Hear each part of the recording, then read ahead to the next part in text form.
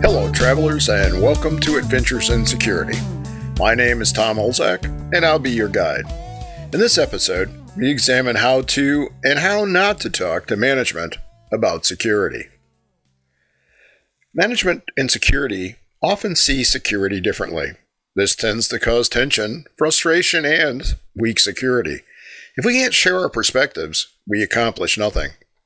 Security information is about achieving assurance, the balance between security and business operation, the management of threats, vulnerabilities, and business in a way that manages risk while ensuring safe, efficient business operation. This is the balance point where perspectives must come together. It is our responsibility as security professionals to understand business objectives and management's appetite for risk. We must integrate our understanding into our risk management and recommendation presentations. This gradient is another way to look at the assurance balance. In this example, assurance is placed precisely in the middle between complete focus on security and complete focus on business operation. However, assurance does not always fall here. It moves right or left on the gradient depending on the sensitivity of the data involved, appetite for risk, criticality of associated systems, and other variables. And one of these variables is how well you communicate with management. Moving the slider all the way to complete focus on security isn't really possible.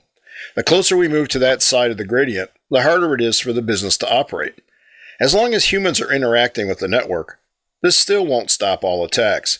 In addition, positioning assurance too far to the security side results in spending more money on security than is necessary.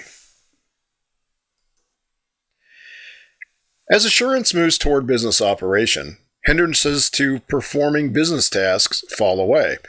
However, the risk to the business quickly elevates the closer assurance moves to focus on the business.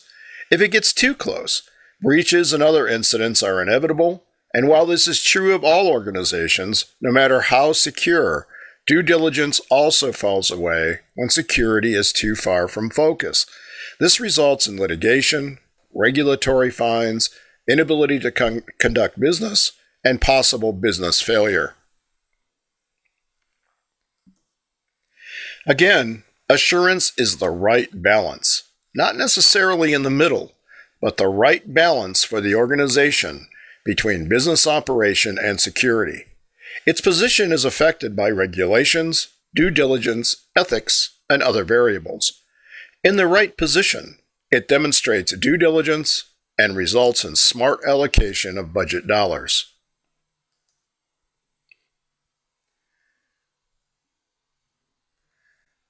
So how do we work with management to effectively balance assurance? In the olden days, fear, uncertainty, and doubt were strong weapons to get management to look at security. This worked well when trying to implement strong passwords or some other configuration that didn't require budget dollars, just time and user frustration. But this doesn't work well when asking for money today. Managers are smarter and not prone to fall for this approach. Further, this was not an approach we should have ever used in the first place. It failed to appropriately manage risk by a balanced assurance. It was just an easy way to get security or blame management if we didn't get what we wanted. Security enables the business. This should be our focus when working with other members of IT and management. We enable the business to safely achieve business objectives. Our job is not to say no every time something we think is not secure enough comes up in a meeting. Instead, it's our job to help project teams, managers, and other stakeholders achieve objectives, to get to yes. When communicating with management, we should never promise to eliminate all risk. It isn't possible. We should always set proper expectations as we include detection and response controls in our security frameworks. Most managers love metrics. I love metrics. If you can't measure it, you can't manage it. This is something we all learn in management classes. However, it doesn't work well with security. We audit, We perform penetration tests, we scan for vulnerabilities, and then we determine root cause for why something was missed. Our metrics consist of how well we meet policy and our adopted standards of best practice outcomes. That's it. Don't try to come up with complex, fancy metrics just to impress management. It will come back to bite you. And while discussing security, do not talk down to management. They are smarter than you sometimes believe. The key is to simply place risk in terms they understand. This requires your understanding of the business and your success in merging that with security gaps.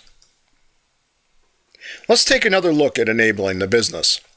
This is important because management must understand that security is an enabler, not a hindrance. So when we discuss security risk with management, we need to come from the position of trying to ensure continued business operation.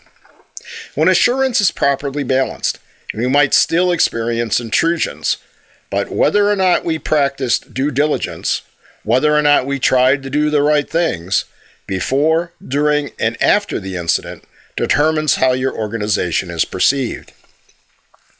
Perceptions can cause short-term revenue losses as customers determine if they can still trust you.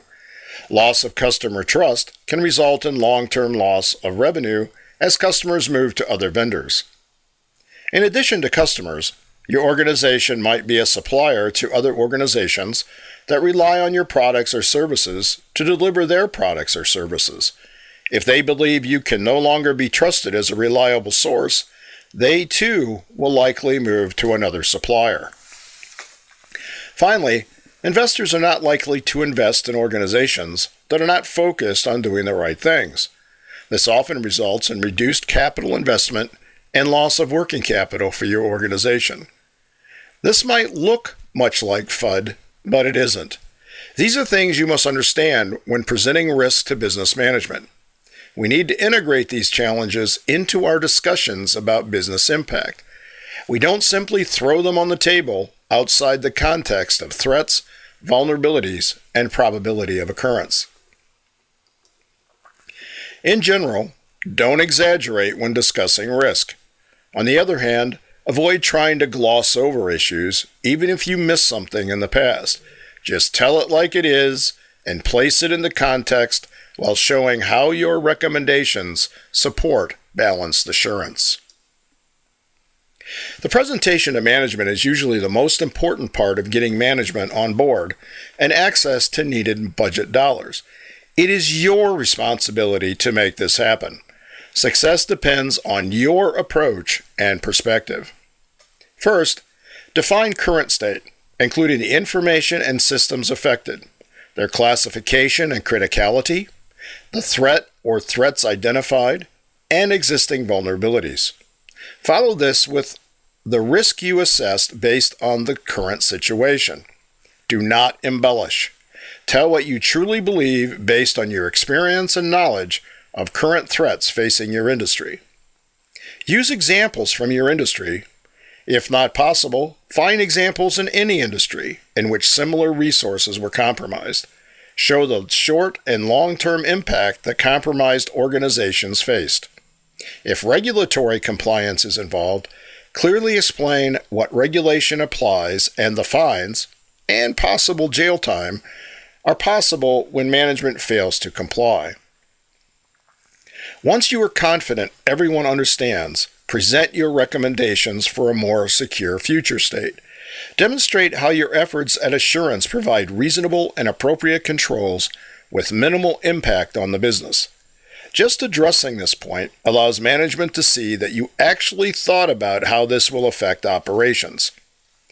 If your recommendations are expensive, you will likely need to break your approach into multiple budget cycles. I've had to do this several times. In any case, demonstrate how you plan to reach your future state with a high-level plan, annual costs, and timelines.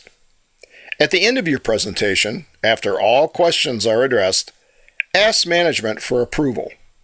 I know this sounds obvious, but I've seen many IT types create a great presentation and then stand silently at the end without letting the attendees know something was needed from them.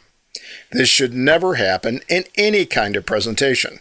In fact, consider letting attendees know in the first slide what you will ask at the end. This ensures they are looking at your presentation from the perspective of a decision maker or whatever else you require them to be. Well, travelers, that's it for this episode. If you like this video, be sure to subscribe. Until next time, be careful what you click.